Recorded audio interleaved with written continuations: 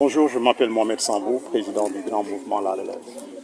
Mohamed Sambou, la relève est déjà dans l'action en accompagnant les populations, surtout sur le plan de la santé. Parlez-nous un peu de la principale motivation qui a poussé la relève justement à s'engager dans cette posture. Oui, c'est une excellente question parce que La Relève, en fait, c'est un mouvement politique qui est en fait rentré dans la chose politique pour apporter du neuf. Donc, qui dit apporter du neuf, veut dire changement. Quand on dit changement, d'après ce que nous avons vu, en fait, la façon de faire au niveau du Sénégal et un peu partout en Afrique, nous constatons qu'il y a au niveau de l'exécution un problème. Et nous avons dit, étant acteurs politiques, il nous faut descendre sur le terrain, voir les préoccupations des communautés, des personnes qui vivent dans ces localités et interagir. Interagir sur plusieurs domaines, comme aujourd'hui le domaine de la santé. Donc c'est quelque part, nous, notre contribution, notre pierre à l'édifice qu'on veut apporter pour le développement du Sénégal. La santé des enfants de 0 à 12 ans est préoccupante. La santé des femmes, surtout avec la problématique sanitaire qui est justement... c'est quoi encore le cancer du col de l'utérus, justement. Voilà. Est-ce que justement ces mots qui ont motivé justement votre mouvement à interagir, comme vous l'avez dit? Ben, justement, parce que nous pensons, quand on est un acteur politique, qu'il faut une vision, il faut une ambition, il faut un projet. Et ce projet doit s'articuler sur des domaines prioritaires. Les domaines prioritaires, depuis un certain temps, aussi bien ici au niveau du Sénégal qu'au niveau international, la santé préoccupe un axe prioritaire. Pourquoi? Toutes les puissances mondiales se sont rendues compte pendant le phénomène de Covid que tu as beau avoir une politique, une richesse, des ressources humaines, une matière grise, elle ne sert à rien si en fait le cadre de la santé n'est pas tout à fait réglé.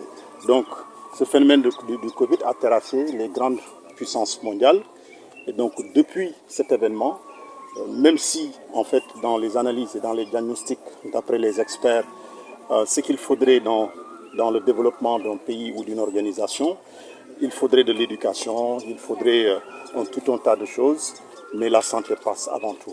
La santé passe avant tout, notamment ici en Afrique, où les moyens ne sont pas toujours au rendez-vous, où la participation de l'État, quoi que l'État puisse faire, ça ne va jamais suffire. Et quelque part, c'est ça qui a motivé, en fait, dans le programme et le projet que nous avons rédigé, que la santé puisse être un axe prioritaire. Et dans cet axe prioritaire, c'est le développement et le déroulement maintenant des activités que nous menons, que nous avons déjà fait au niveau de Malika, qu'on a déjà fait aussi au niveau de Ziguinchor le samedi passé, avec la consultation gratuite qu'on a offerte des enfants de 0 à 12 ans.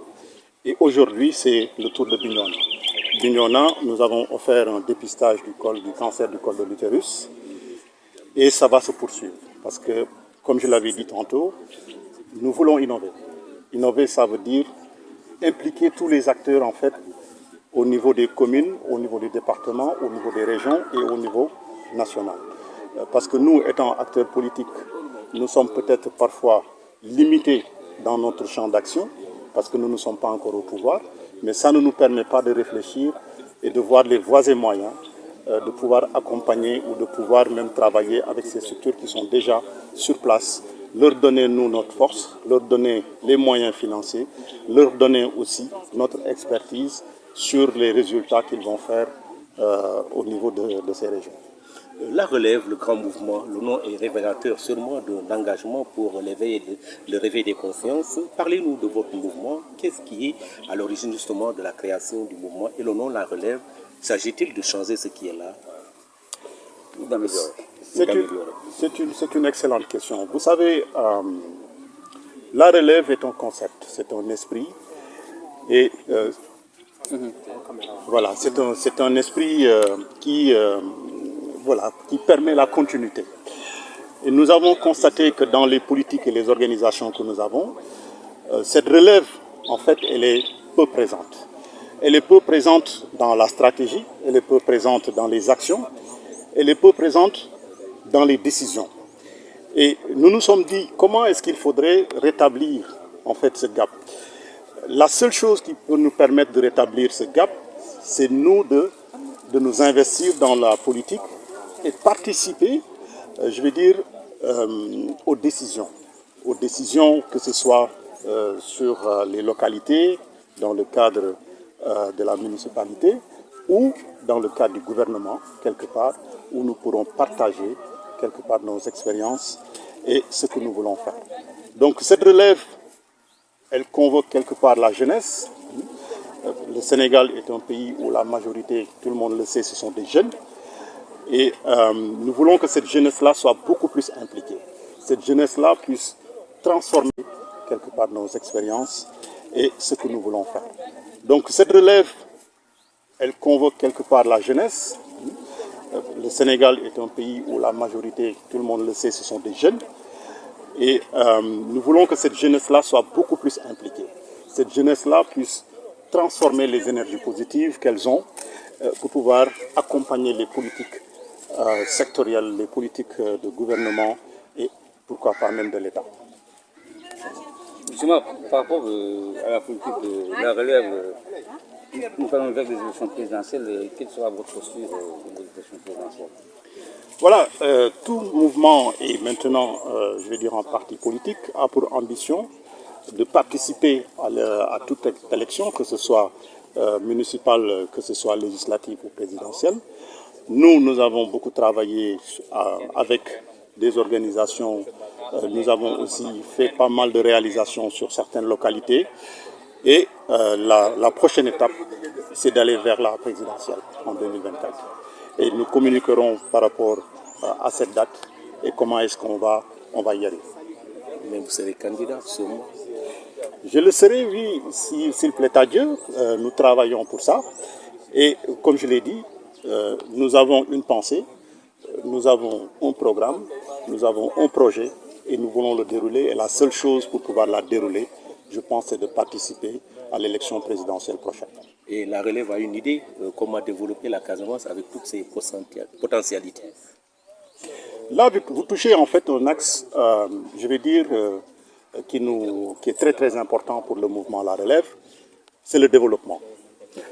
Le développement sectoriel, le développement des zones. Au Sénégal, nous avons plusieurs régions, dont aujourd'hui la région de Casamance. Et tout le monde sait dans cette région, c'est une région verdoyante. Qui dit verdoyante, quelque part, pense à l'agriculture.